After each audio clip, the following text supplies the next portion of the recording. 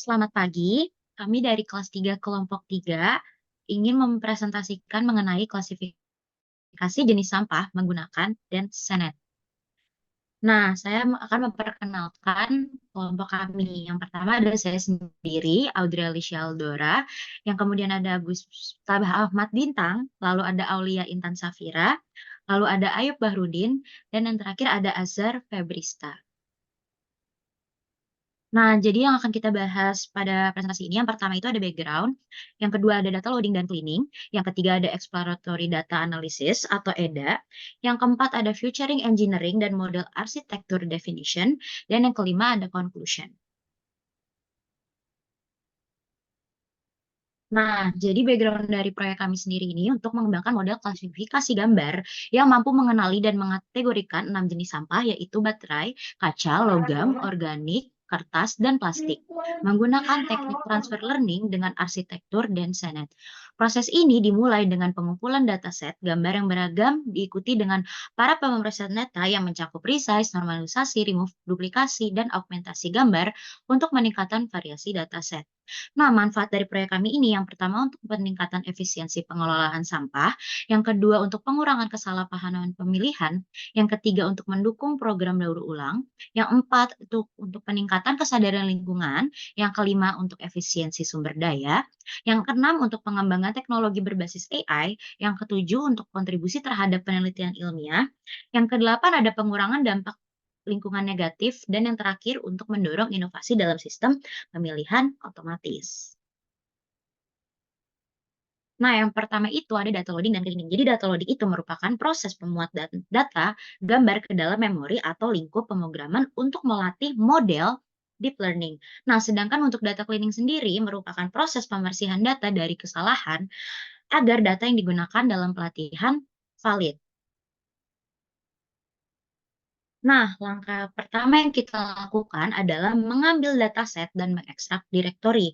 Nah, jadi kode di sini itu mendefinisikan direktori dasar untuk dataset dan mendeklarasikan subdirektori untuk setiap jenis dataset seperti baterai, glass, metal, organik, paper, dan plastik. Yang kemudian kode tersebut menggabungkan direktori dasar dengan nama subdirektori untuk menghasilkan path lengkap untuk setiap dataset guna mencetak path tersebut ke dalam layar.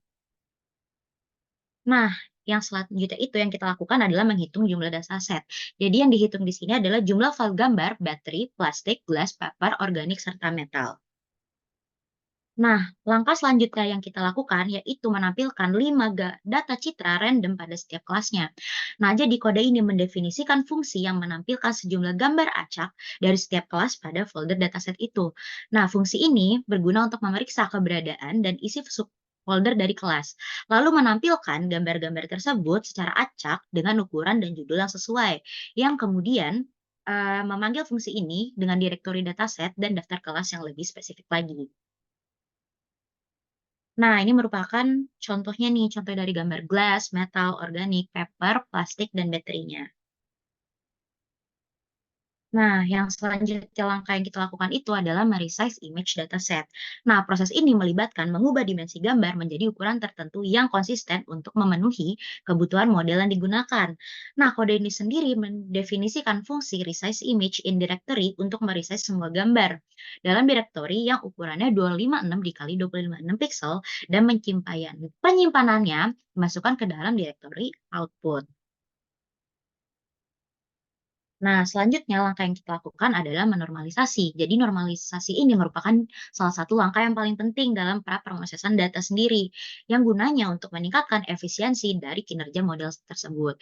Nah, dalam proses normalisasi ini yang kita lakukan adalah min-max scaling, yang itu mengubah nilai pixel gambar dari rentang 0,1 dan kemudian dikonversikan dari rentang 0,255 yang kemudian disimpan sebagai gambar.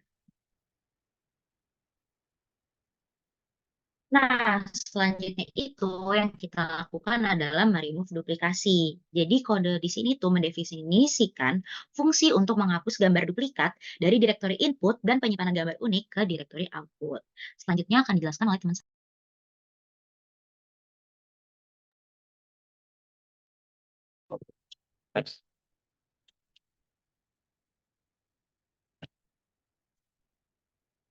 Untuk Untuk selanjutnya yakni remote augmentasi, yakni mengambil directory dari remote duplikasi. Next.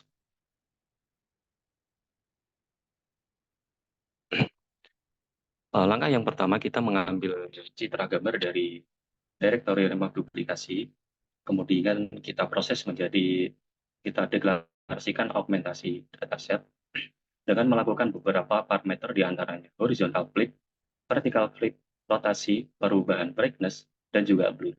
Kemudian kita kembalikan dan kita simpan ke dalam directory augmentasi dataset. Next. Selanjutnya, setelah proses klinik dilakukan, kita menampilkan 5 data citra random pada setiap kelas. Dalam hal ini kita mengambil dari directory augmentasi dataset. Kemudian kita mengambil 5 sampel pada setiap kelas. Next. Kemudian dapat dilihat pada gambar berikut kita mengambil 5 data pada setiap kelas, yang mana terlihat ukuran citra telah sama dan juga proses augmentasi telah dijalankan. Oke, next. Kemudian eksplorasi data analis atau EDA. Dalam konteks deep learning, EDA merupakan proses awal untuk menganalisis dataset guna memahami karakteristik utamanya sebelum memuat model prediksi atau inferensial. Di mana dalam tahapan ini, kita melakukan beberapa skenario pemrosesan di antaranya menghitung jumlah data pada setiap kelas, membatasi jumlah data, display sampel data, distribusi kelas, distribusi ukuran gambar, dan juga distribusi intensitas pixel. Oke, next. Langkah yang pertama, kita perlu menghitung jumlah data pada setiap kelas dengan mengambil dari directory augmentasi dataset. Kemudian kita rubah menjadi data frame dengan 2 kolom, yakni image dan label. Kemudian kita menghitung jumlah data pada setiap kelas dengan menggunakan fungsi count. Terlihat di sini pada kelas Fitri memiliki data 3.875 dan juga paper 3.000. Kemudian kita membatasi jumlah data atau function membatasi jumlah data, yang mana berfungsi untuk menjaga stabilitas pembobotan pada setiap kelas. Yang pertama, kita mengambil data dari directory augmentasi dataset, kemudian menghitung keseluruhan data pada setiap kelas, dan meng-threshold keseluruhan file menjadi 3.000. Kemudian, kita memastikan dengan menghitung ulang jumlah pada setiap kelas setelah proses pembatasan selesai. Dengan fungsi count, di sini terlihat keseluruhan data pada setiap kelas telah sama menjadi 3.000. Untuk penjelasan selanjutnya dilanjutkan oleh rekan saya. Ya, di sini menjelaskan tentang display sample image. Nah, di sini display sample image dengan dev-nya itu display sample image dan di terdapat df, class, dan sampel per class. Nah, di sini sampel per class itu ada 5. Jadi kita itu menampilkan 5 sampel yang per kelas dengan pengambilan secara acak dari data frame, menampilkan pada subplot yang sesuai dengan menandakan sumbu gambar dan beri judul nama kelas pada gambar pertama. Selanjutnya, nah, di sini pada slide 20, sesuai pada slide yang sebelumnya, jadi kita menampilkan sampel per kelasnya berjumlah 5. Jadi per kelasnya battery, kelas metal, organik, dan lain-lainnya itu kita ambil sampelnya acak 5. Selanjutnya,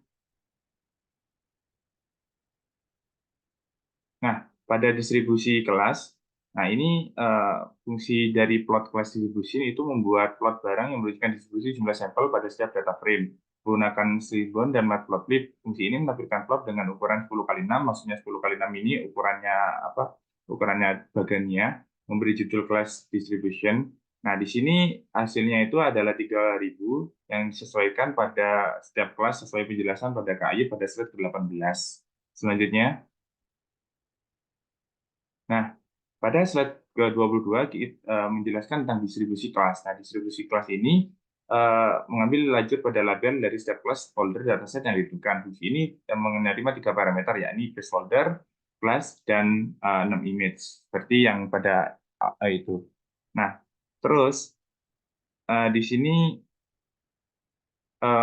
gambar yang diambil setiap kelas. Fungsi ini membuat sebuah dictionary data untuk menyimpan lajur gambar dan label. Untuk setiap kelas, fungsi ini masuk ke dalam folder yang sesuai, mengambil sesuai gambar data yang diinginkan, dan menyimpan jalur pada gambar beserta labelnya dalam dictionary data. Selanjutnya,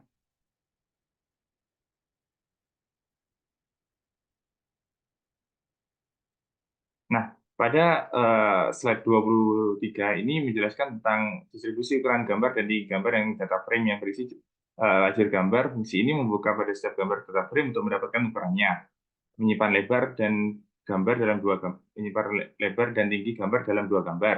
Selanjutnya, ini menunjukkan distribusi dan tinggi gambar yang berisi lajur histogram sebelah kiri dan kanan, ya ini sesuai dengan lebar ini 256 pixel.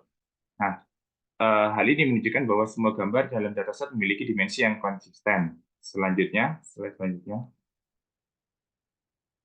Nah, pada slide 24, nah di sini ada distribusi interpixel, yakni menampilkan distribusi dari gambar dalam data frame dengan mengkonversi setiap gambar di skala warna abu-abu dengan menginputkan semua nilai pixelnya. Nah, di sini kita lihat di hasilnya distribution of intensitas pixel, itu kurvanya itu cenderung stabil dan distribusinya secara merata. Jadi untuk ukurannya itu lumayan bagus.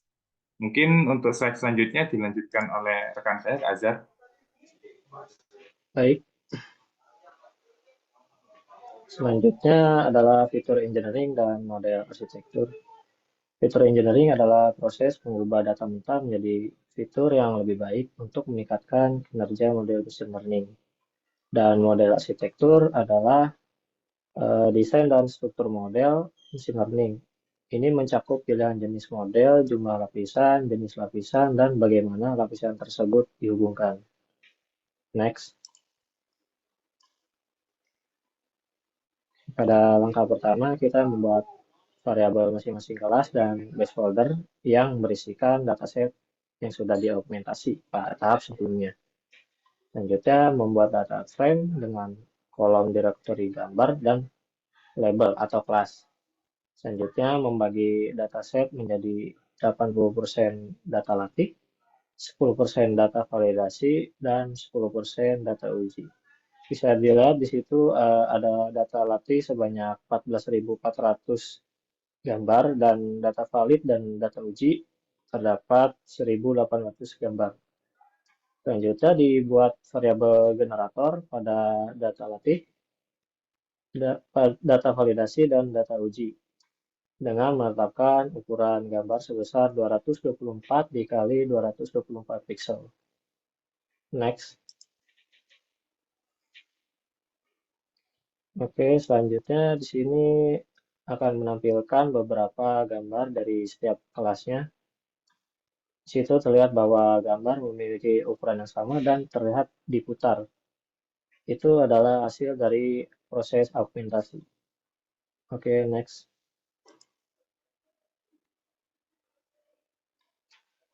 Nah, di sini kita mendefinisikan model. Model yang akan dipakai pada proyek ini adalah DenseNet 121 dengan input ukuran gambar yang sama, yaitu 224 pixel. Yang pertama, kita menambahkan layer global average pooling dan menambahkan layer dense dengan 1024 neuron dengan menggunakan fungsi aktivasi ReLU. Selanjutnya, kita menambahkan layer output dengan fungsi aktivasi softmax. Oke, selanjutnya model dikompil dengan optimizer Adam dan dicetak hasil modelnya. Bisa dilihat di situ kita mendapatkan 8 juta parameter yang terdiri dari 1 juta parameter dapat dilatih dan 7 juta parameter tidak dapat dilatih. Karena parameter yang dapat dilatih lebih sedikit sehingga dapat mempercepat proses pelatihan. Oke, next. Oke, proses selanjutnya adalah proses training dengan epoch sebanyak 20 dan menggunakan fungsi early stopping untuk mencegah overfitting. Bisa dilihat pada proses training tersebut, model berhenti pada epoch 14. Next.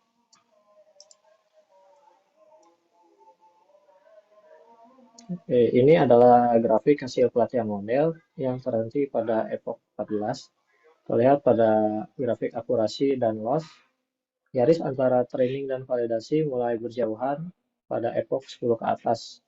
Itulah yang menyebabkan proses pelatihan model terhenti. Oke, next. Selanjutnya dilakukan pengujian terhadap variabel test generator. Lalu ditampilkan classification report dan confusion matrix untuk evaluasi model.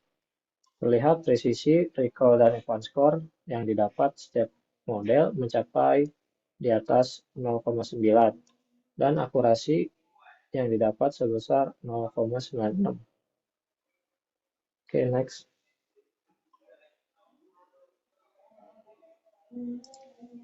Selanjutnya terlihat confusion matrix sebagai berikut. Dalam confusion matrix itu ada sumbu predik dan sumbu true.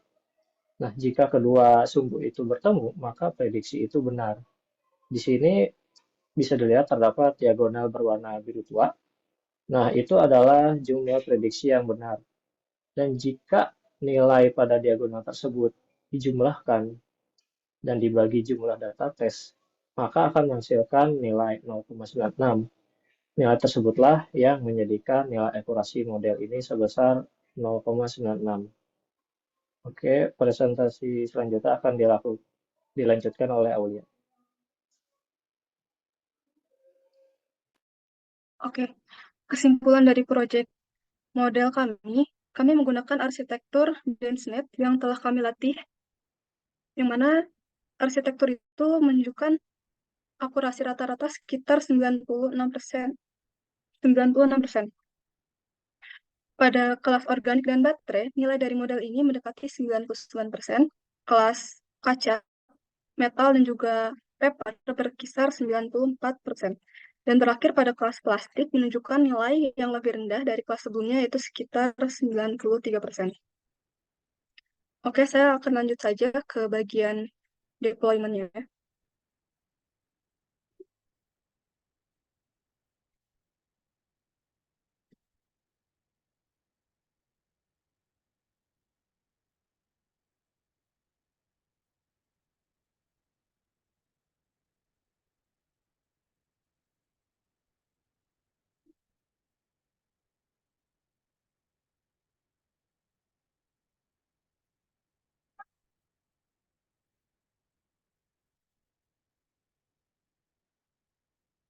Baik, di sini terdapat beberapa folder utama, itu seperti static.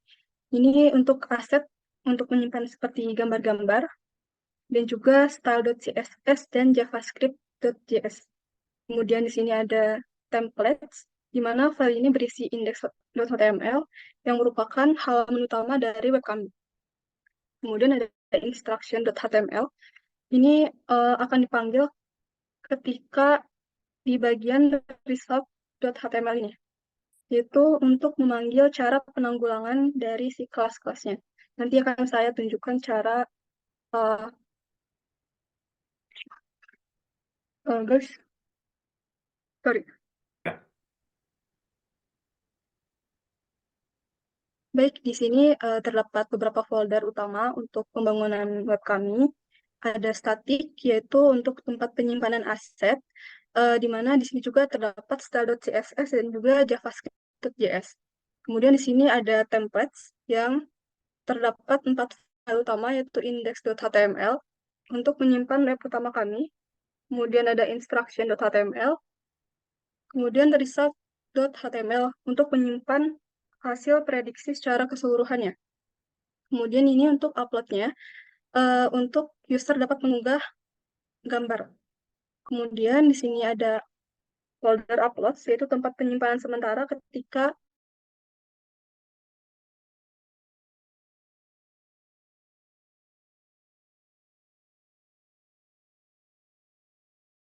deploy, yang mana kami deploy di app.python kami menggunakan function load model ini. Kami langsung jalankan saja.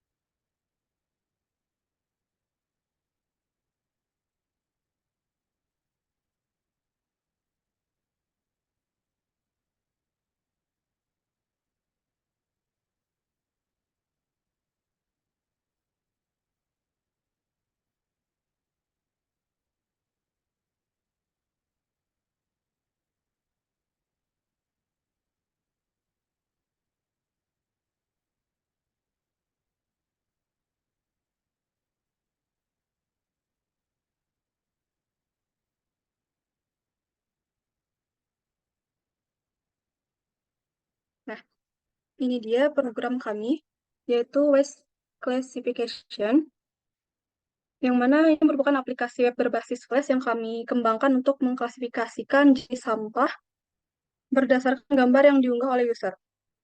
Aplikasi ini menggunakan teknologi model deep learning untuk mengidentifikasi dan mengkategorikan sampah sesuai dengan materialnya. Kelas yang kami gunakan yaitu ada 6. Pertama paper, petri, plastik, metal, organik, dan juga glass.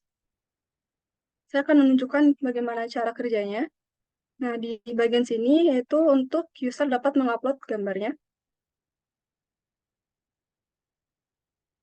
Contohnya seperti ini.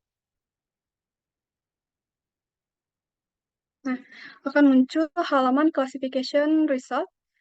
Di sini memprediksi kelas apa, yaitu kelas metal, sesuai dengan gambarnya, atau logam, dengan confidence sekitar 99%, dan juga di sini ada definisinya mengenai apa itu metal, dan juga cara penanggulangannya seperti pengumpulan terpisah,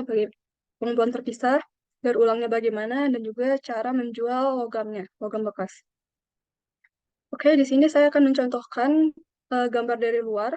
Misalkan saya memiliki gambar baterai.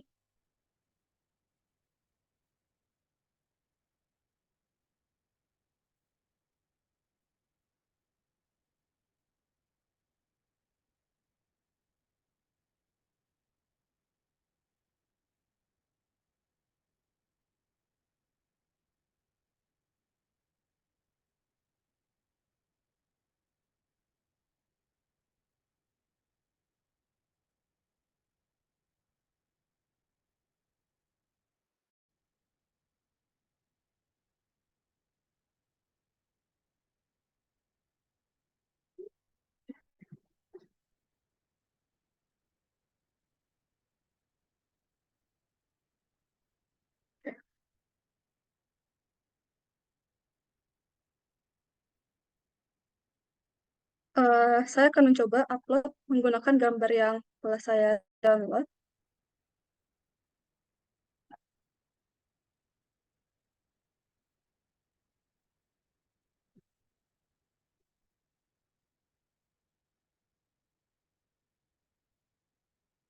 Ini untuk baterai. Kemudian saya upload lagi gambar kedua. Ini untuk kelas kaca.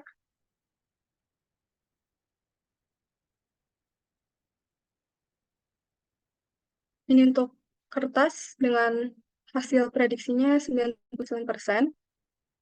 Kemudian ini untuk organik dengan menggunakan gambar roti. Ini untuk logam.